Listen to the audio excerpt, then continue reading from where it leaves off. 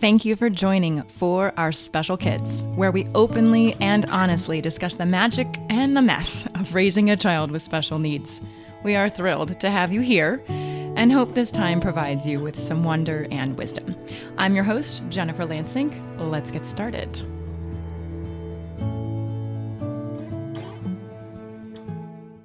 This week, I had the opportunity to speak with Eli Harwood. Many of you know her as the attachment nerd on Insta, Facebook, TikTok, and YouTube. She posts lots of amazing videos that are extremely meaningful and appropriate for our times about how to really create better relationships with our children.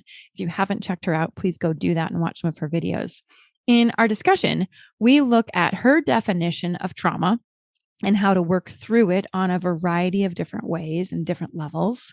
She believes very much in creating a secure attachment with our children and gives us tips on how to attune with them. Eli also gives us parents or caregivers with children with special needs some much needed love and understanding. She said at one point that we are on a heroic journey and encourages us to find little microdoses of time for ourselves. I really took that to heart. Throughout our chat, her office building's fire alarm is going off, and she beautifully works that into our discussion. So if you hear the beeping every now and again, know that there is a really amazing metaphor coming for you. I look forward to having Eli back for a live discussion with all of us. So if you have questions for her or topics that you'd like us to look into, please send them over to me at jen@forourspecialkids.com. As always, I hope you enjoy and let me know what you think. Well, today I am with Eli Harwood, who is a licensed therapist, author, and educator who has more than 16 years of experience helping people process their early traumas and develop secure attachment relationships with their children and partners. Eli is trained in EMDR and TBRI and the attachment resource tool, The Strange Situation. She is a mother of 3 beautiful children and once, love this, won a set of globes as a contestant on The Price is Right. I love that part. We should add that I lost. I didn't win the car. I only won the set of globes. So that was a bit unfortunate. I'm really sorry. Try to go on the bright side. Yeah. One of my best friends got all the way to the final, like whatever that's called. The final Showcase Showdown. Yeah, the Showcase Showdown. Thank you very much. And she didn't win that, but I was pretty impressed she got that far. I mean, she had to spin the wheel. You spun the wheel. Is it heavy? Yeah, it's pretty heavy. Yeah, it looks heavy. Felt like I thought it would feel. Like how I imagined the yes, vibe. The effort. Okay. Yeah. Okay. Do you remember the number you got?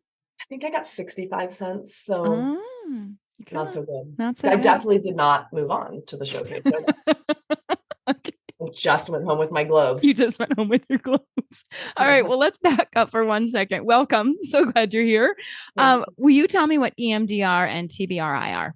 Yes. Okay. So EMDR stands for Eye Movement Desensitization Reprocessing. It is a somatic form of therapy. Essentially, what happens in EMDR is you're targeting a trauma that has like a high intensity feeling in your body. So it's something that happened in the past, but your body says it sure feels like it's happening in the present.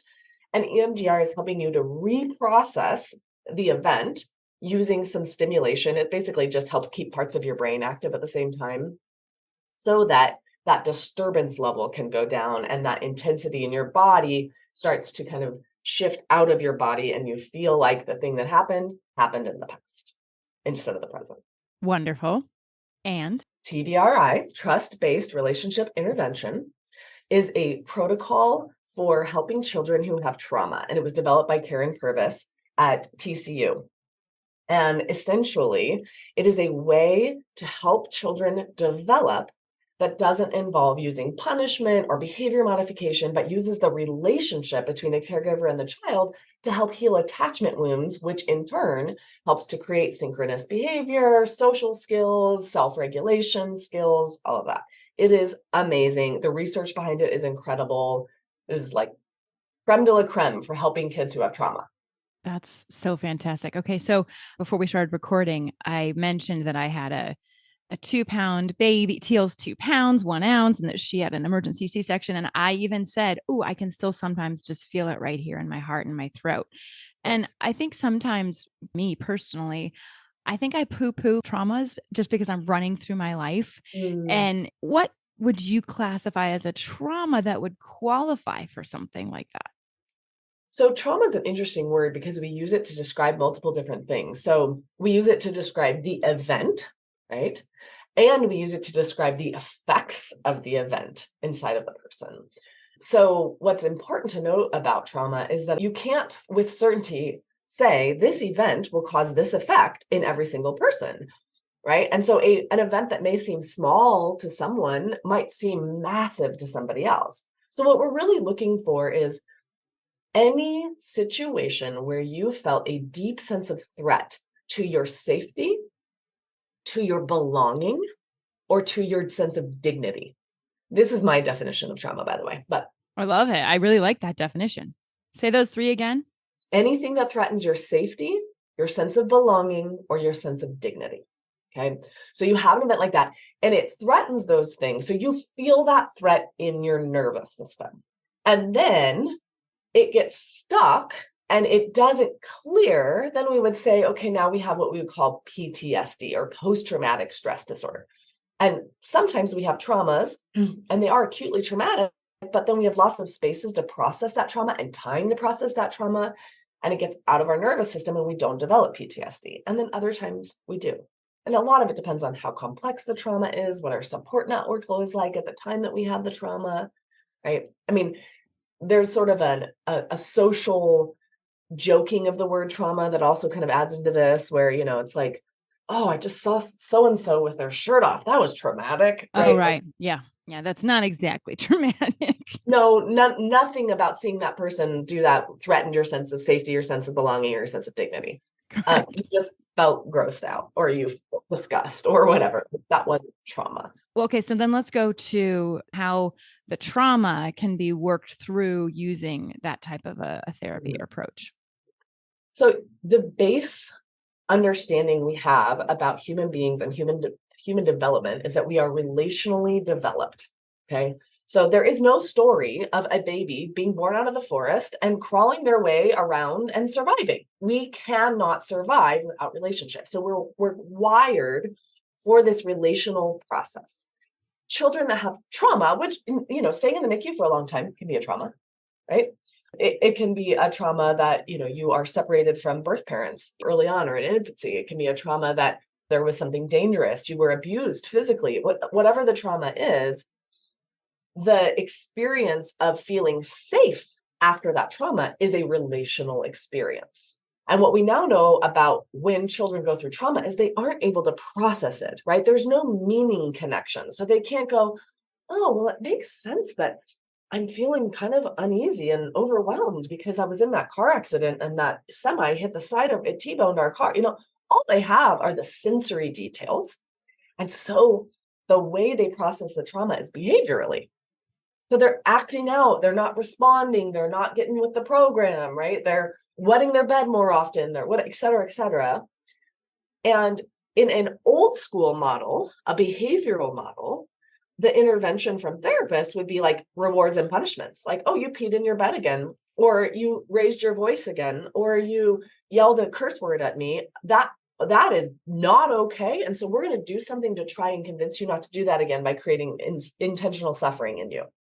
Mm-hmm. Or you did something good and that we like that behavior, we're going to give you a reward. Mm-hmm. Well, what TBRI and all attachment-based interventions say is, no, you're struggling and you need help learning how to regulate. And so my job is not to extinguish your behaviors, it's to understand them and to help you understand them so that you can begin to do something more effective to get your needs met. Right. We've had Stephen Forth on who talks about the ABA, but from a much more gentle perspective, because I challenged him a little bit. I'm like, hello. And he said, it's very much has a horrible, horrible reputation. So as you're talking, I love this because it's a completely different approach. And that's one of my jobs here with the podcast, is to introduce people to different ways of approaching their children. So I thank you for sharing this, because it's not my job to say this is right or this is wrong, but to simply say these are options for you. So cool. Okay. So as you were talking, I kind of freaked out in my body, because I realized that my little 2-pound, 1-ouncer, she never got that understanding of, you're safe right here, right on mama right now. And, they had to, for her safety, put her in the bag and put her on oxygen and keep her warm and ship her off to a beeping room with tons of lights and tons of people and all of that. And I sometimes step back. Well, now I'm kind of looking at this and going, man, she's really well adjusted.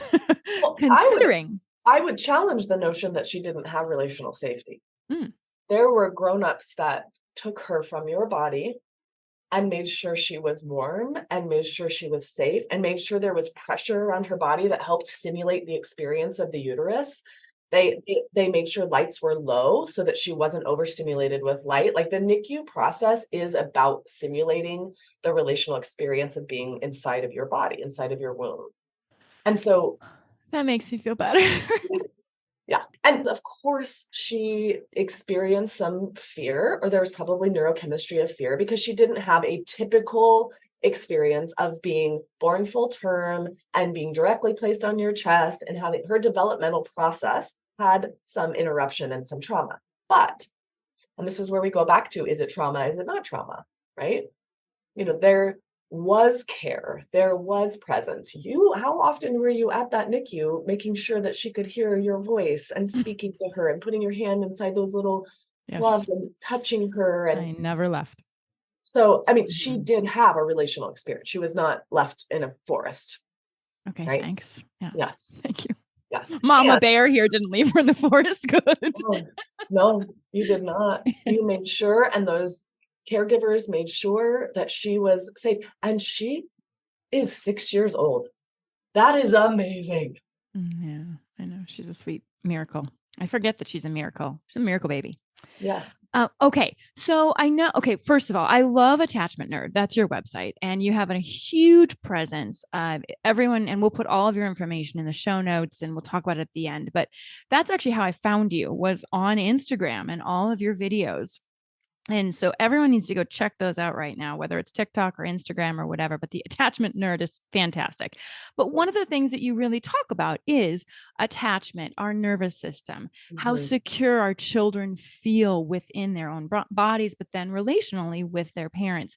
Will you just talk with me a little bit about how we as parents, whether we have a neurotypical child or an aneurotypical child, how do we know that our child feels secure and their nervous system is self-regulating? Yes. So the attachment system has multiple functions. The primary function of the attachment system is to create safety. So as a species, survival is number one, always. So the attachment system is most easily assessed in situations of distress. And distress is not, I'm angry at you because you turned off my screen and I'm screaming and kicking. That is frustration. That is overstimulation. It is not distress. Distress is, I am fearing for my survival. So how can you tell if your child is in a distress situation? Is really when they feel deeply scared. So that might be that you're walking through a park and a dog lunges and barks, or it might be at bedtime when the lights go out, right? What does your child do? And what we're looking for in terms of a secure pattern or strategy in attachment is a child who actively seeks their caregiver,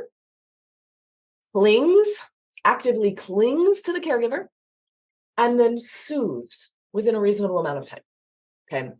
And what I would say about non-neurotypical children is that there's a little bit of more of a stretch on the range of those things. So a child who cannot maybe move their own body to get to their caregiver may not seek contact physically, but maybe they seek eye contact. Or a nonverbal child, right, may not be able to scream for help, or maybe very disoriented because they aren't able to cognitively process distress, right? And their body can't make that quick decision.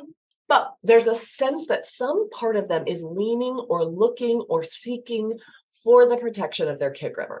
And what that means is that they have internalized, when I am scared, somebody shows up to help me. That is their internalized narrative. So how would that autistic child who doesn't seek the eye contact or doesn't want the touch, how does that, you know what I mean? How would it manifest? Manifest. Thank you. I'm like, what's the word I'm looking for? Yes. How does that manifest within that child? It'll be very unique to the child. So this is what's complicated about anytime we talk about child development is we want to study each child. How do they communicate? Do they flap? Is there an activating of a flapping that the caregiver knows is how they communicate? When you were talking about how your daughter doesn't communicate verbally as often, but you know what she's saying. So you're really studying an individual child and going, how do they express distress? And how do we know they're communicating to us? So an autistic child may not be looking at you, but maybe they're clicking, maybe they're flapping, maybe they're scooting near you or they're leaning in a direction. And the gift of secure attachment is really stemming from the caregiver's sensitivity. So their ability to attune, to accurately study and read the internal state of their child and the external cues of that internal state. And now every kid is different. So, I've got my 3 children and they all respond to distress differently. Okay. And they're all different in terms of their sensitivity, in terms of what distresses them. One of my children is textbook in terms of the strange situation. There is fear, there is distress, they run, they will climb up my body and soothe quickly. One of my other children runs, climbs up my body, but is highly sensitive. And so that soothing process, her nervous system gets jacked up in a different way. And so that process of soothing takes a little longer. She doesn't protest the soothing, and that's a very important thing because children that protest the soothing are struggling because their caregivers are not consistent enough in showing up. So they'll run to the caregiver, but then once they're with the caregiver, they push back or they push away or they reject a toy. There's some communication of, I don't know if you're going to stay. And so I'm going to keep being upset in order to try to keep you close to me. It's a proximity maintenance strategy. Wow. A child who is non-neurotypical and is in distress may not be able to seek in that active, overt way. But we would also see if they were actively moving away from the caregiver. And again, this is about the caregiver's attunement. So if a child gets overwhelmed by sensory input and they're in distress, you as a caregiver have to think, what is it that makes them feel safe? How do I help them feel safe? Potentially it is that you just come sit next to them and you gently use your words. Mama's here, mama's here, mama's here. Maybe audio is too sensitive for them, so you don't use any words. Right? You just come up next to them and maybe you bring a snack. Maybe there's some way that you help their brain process safety. But so you and your child have to figure out, what does it look like when they're scared? What does it look like when they're tender? How do I communicate safety and presence to them in a way that helps them feel soothed? That's how we're creating a secure attachment. As you're chatting about all this, I'm like, well, it's what I call intuitive parenting, right? Yeah. It's being centered enough within yourself to be able to analyze a situation, whether that analysis is with your heart or your head or the energy and the auras or whatever. You have to be present enough to be present with them. Yes. And that can be really tricky as a stressed out, not supported enough mother or caregiver of a child that is perhaps hitting or perhaps exuding all of this stressful, it's like exacerbating your own stress. Well, what I would say is, in particular with your particular audience, not all caregiving is alike, right? So, and in particular, the burden or the load of the caregiving. And so when you have a child who is in some way out of the range of typical developmentally, you're going to be giving far more energy to that developmental process than to someone who has a typically oriented child, which means you're more exhausted. And it's harder to stay centered. And there's a constantness to it. There's less of the rhythm. It's less like my child is scared. They run to me. I hug them. They soothe. I can let my guard down because there's not a lot of letting of the guard down in terms of your parenting can focus somewhere else for a little bit. No, you can't. You don't have that privilege. And so I think that's an interesting curiosity I would have for anyone who's listening to this is like, how are you surviving right now? Yeah. I mean, but it's true. And those are real statements. Those are honest, real, messy statements. And that was a commitment that I made for this year's programs or these episodes is we're going to talk about a little bit more about the messiness and the reality of what it's like. I mean, I can't give my child a snack and walk away. Well, yeah. I can't. She could die. Well, she could. I mean, now the likelihood of her dying is very low, but there is still a simmering of listening and watching. There's never a moment really, even though the risk is low, there's never a moment where I am just completely checked out. And I know most parents are that way, but they're just from a neuro. No, it's different. It's different. Yeah, it is. When we look at like the infant stage of development and what happens to the parent's brain, there is a constant scanning because of the level of helplessness of the child. But as the child develops into greater autonomy and capacity, the parent's brain starts shifting in how it works because now I don't have to be on guard 24/7. If your child is not able to develop out of that dependency, neither is your brain as the caregiver. Okay, so then what do we do?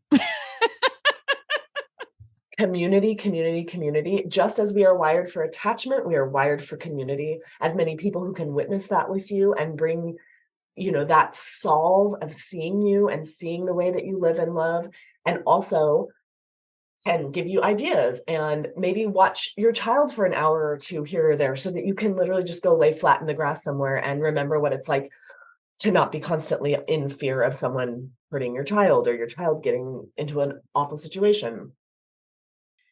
Being seen for me is probably more important than even someone saying or even handing my child off. It's someone saying to me, wow, Look at that's what you're doing. hard. Yes. I mean, it's not even like, oh my God, you're such a great mom, because that really doesn't even help me. No. It's more of this recognition of your life is different. This is hard. Yes. Which also relieves some of that guilt and blame that can come in of like, should this feel easier? Am I like, are these other people appear to be enjoying this process in a different way than I am? Is there something wrong with me? Yes. So being seen is a part of co-regulating. This is a part of our social nature. So when babies are small, we do a thing called mirroring, right? Where they go, and we look back and we're like, right? And that process is what creates identity over time. It's like, I exist. I know I exist because I see myself or my feelings or my state of mind echoed in the face of someone else in the way that they coo the way I coo when we mirror. And as grown-ups, as parents in unique situations, there is a need to sit with another parent who understands, maybe doesn't have the exact same lived experience, but is studying you and seeing you and can reflect back, yeah, you're doing something epic. This is not typical parenting because your child is not typical in their development. So this is atypical parent. I mean, we'll call it heroic parenting. You're going far beyond simply being a parent. You're on a hero's journey. So interesting that you say that. It's even hard for me to hear it. It's hard for me to hear that. I feel myself physically pushing from that, which is something for me to look at. Like, why can't I accept that?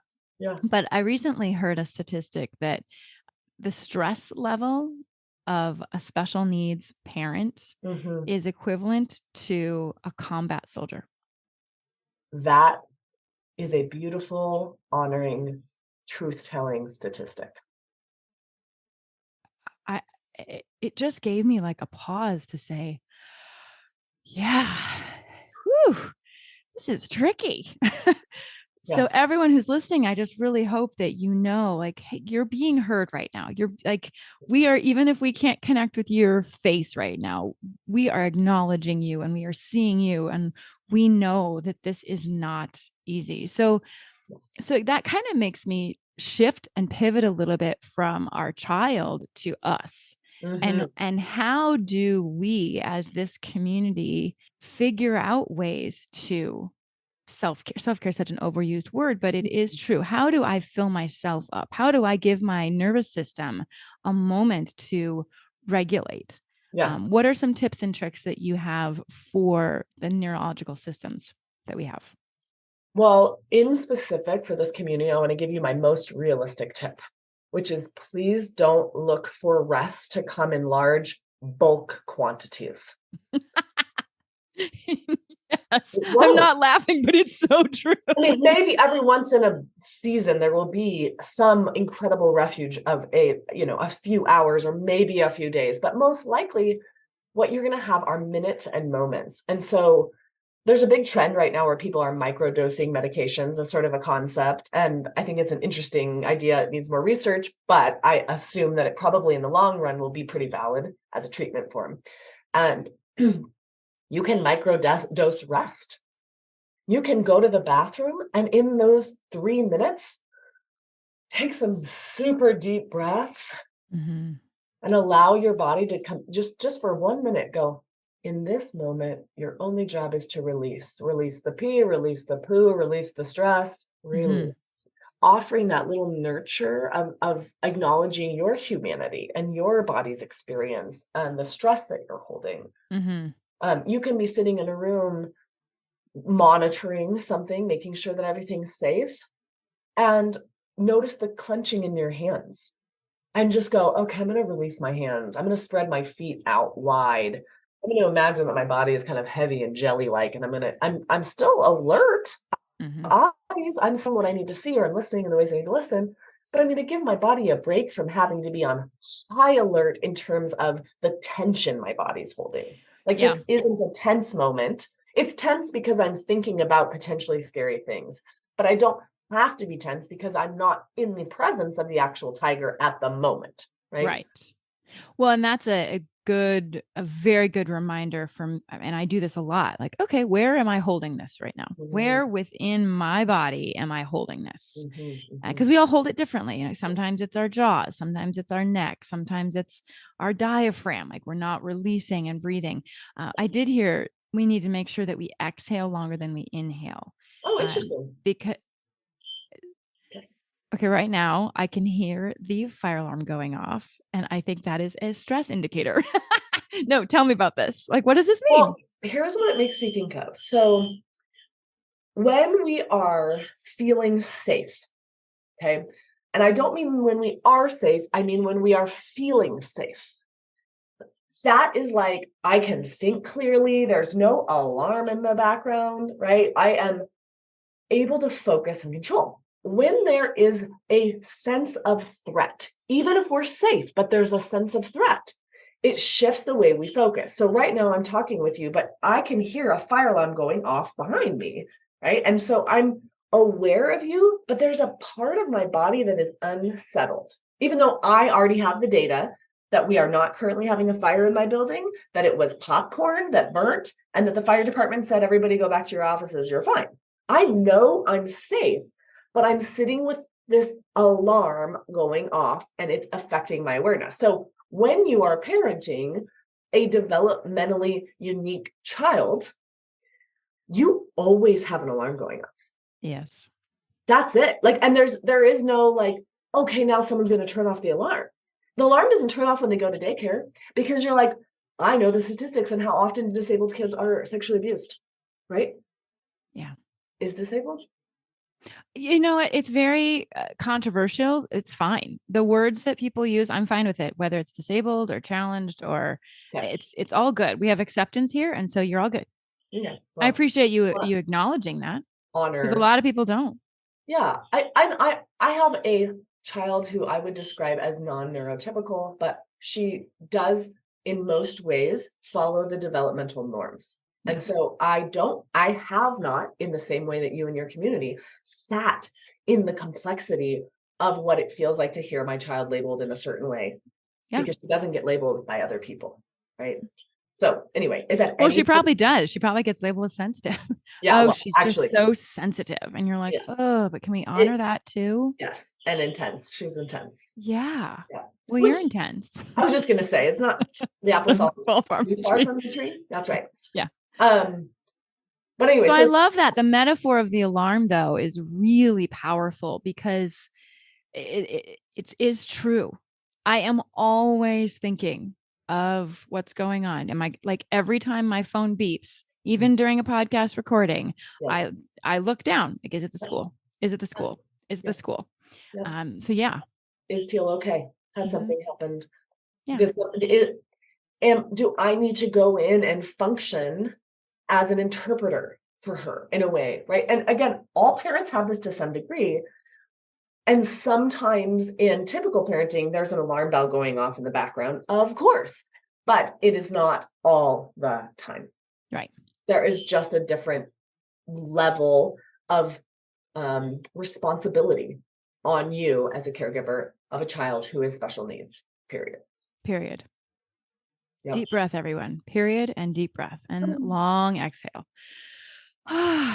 Because I love how much you're just acknowledging it. There's so many people that just give solutions, but don't really honor that alarm is going constantly. I love that metaphor. It's fantastic.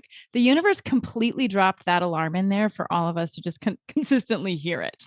Yeah. I love it. I love it. Actually, we're keeping it in the recording, the whole bit of it.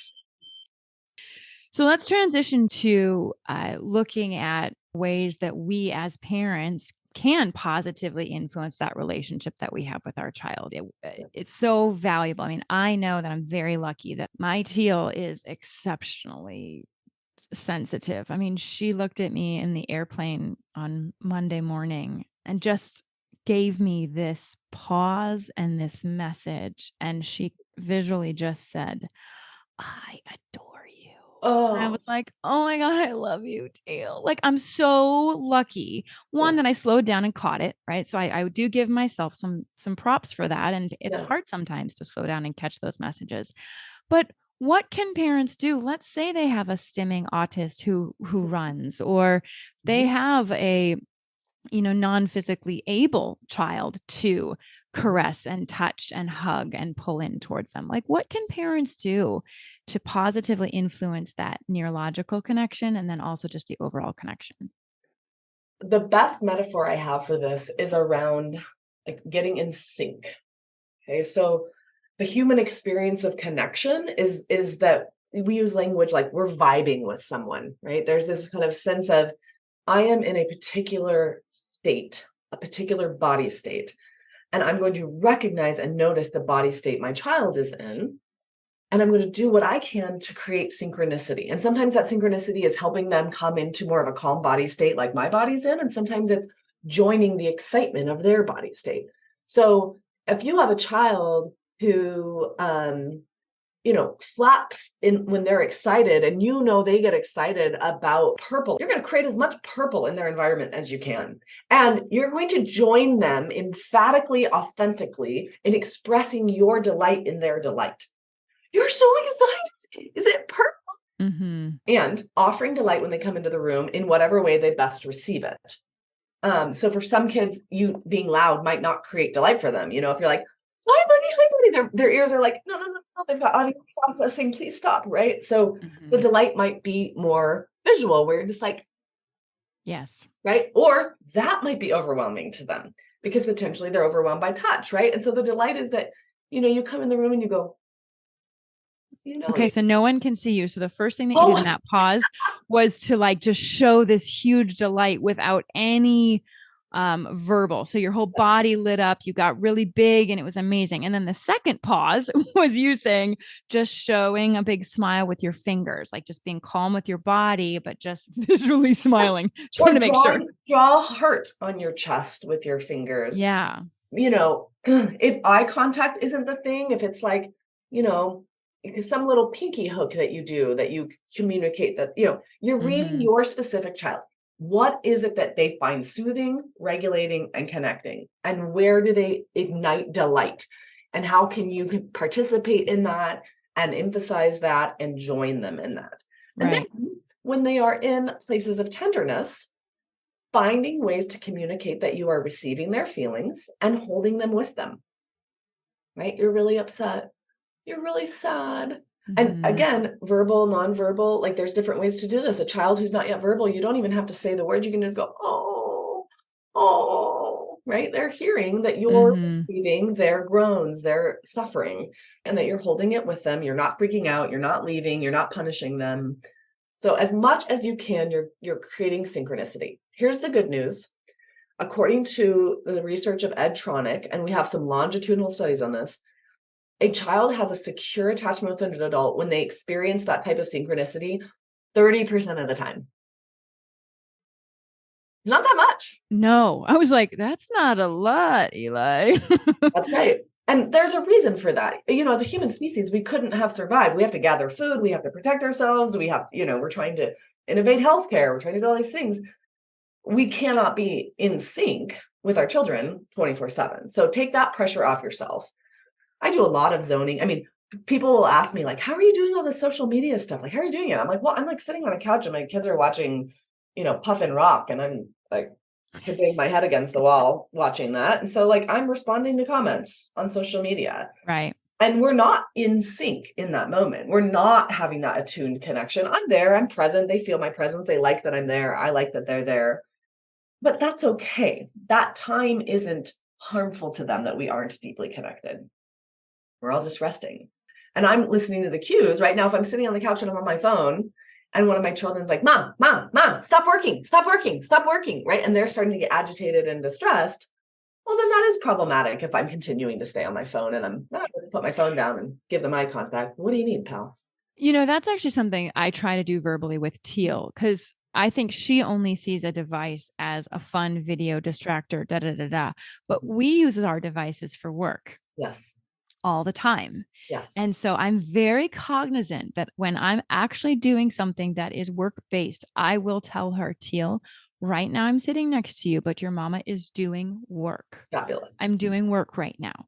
And then there are times when I'm just scrolling on Instagram, and I'm like, oh, nope, got to put that phone down, because it is important for me to have that connection, whether it's just holding her hand. I was in the airplane with her and she was watching a video because, hello, we got an international flight, an airplane, and she's watching a video. And I just reached down and held her hand while I was watching my own video. And so it's something that we can all create connection in very simple ways, even when we're somewhat multitasking. Absolutely. Absolutely. I love that. So much fun. Thank you very, very much for having this conversation with me. I loved having this conversation with you. And I love your energy and how excited you are about spreading positivity and helping people be connected and advocating and having authentic conversations. So thank you. Well, I think we'll have you back. I think it would be really fun. And maybe we'll do a live with you and be like, okay, let's just ask you like questions.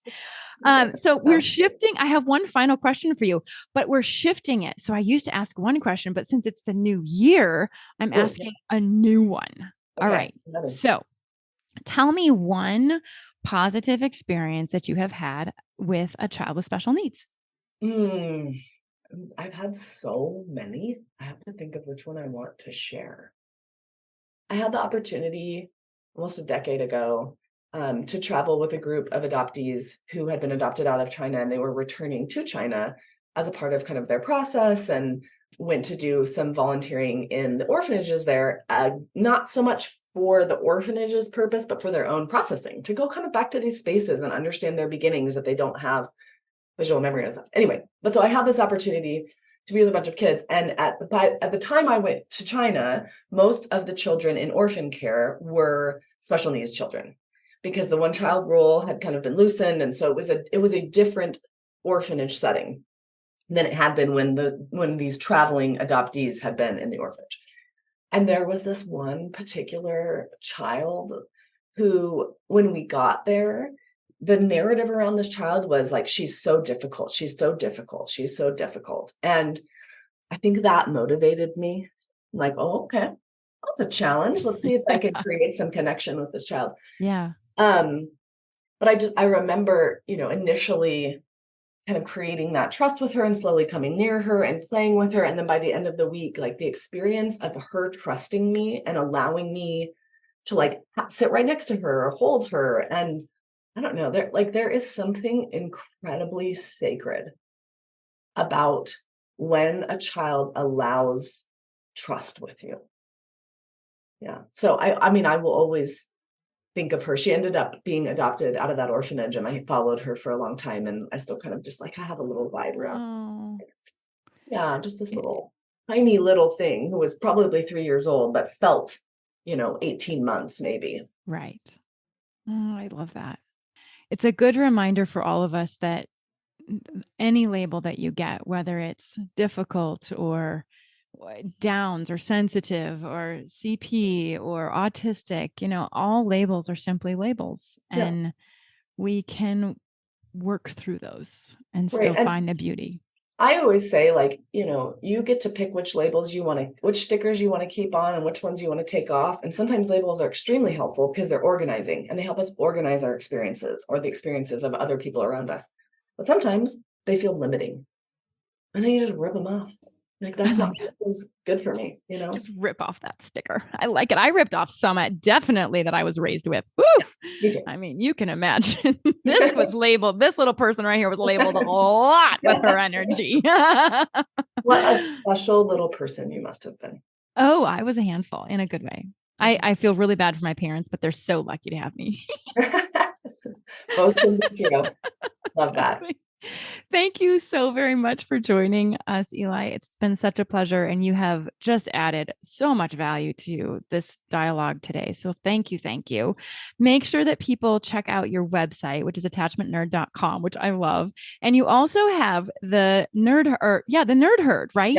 Yes. So tell me a little bit about that before we end, because it is this awesome opportunity for people to connect and get lots of resources. Yeah. Tell me about it. Well, I started creating more in-depth resources for parents after doing my social media stuff, because you just can't do the in-depth work. And I had a lot of families being like, okay, but how do I do this? Okay, but I messed this up early on. How do I change it now? And so I created some, like, I call them guides as opposed to classes, because who has time for classes? I don't. So I kept them short and digestible and put them into kind of like little snippets so that you can do some learning around how to create this secure relationship with your kids, how to manage your relationship with your partner, which is a big part of your kids feeling secure in your home, right? How can you prevent sexual abuse? So there's a whole free sexual abuse prevention guide on my website. So if you go in, there's like a basic membership and you can sign up for that, and then you get access to that. But then I have like a few different options for subscribing to all of the other content, which includes all of my other videos organized by topic. So instead of going to my Instagram page and trying to scroll, you can just go in there and you can access all of that in an organized way. And I'm working on building up a community of what I would call like-hearted parents that are all deeply invested in connection with their children. So there is a village section, and you can participate in that. You can share, you can ask questions, and I'm doing more answering of bigger questions in those spaces because I don't have the time to do that on social media.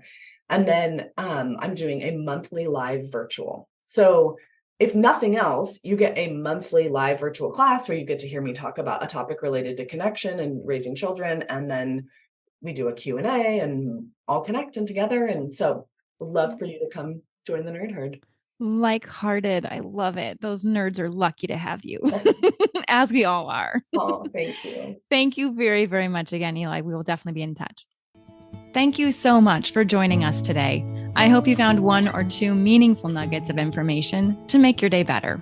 If you think there's value in what we do, please take a moment to tell another friend, family member, or caregiver. We'd love to hear from you at forourspecialkids@gmail.com. You can send in a question, a comment, a topic that you'd like to learn more about, or if you'd like us to highlight a certain person, please send that information to us. It makes our show so much better and so much more valuable for you. Our Facebook and Instagram handle is For Our Special Kids. And finally, remember to witness the wonder and the wisdom within yourself and others. Until next time.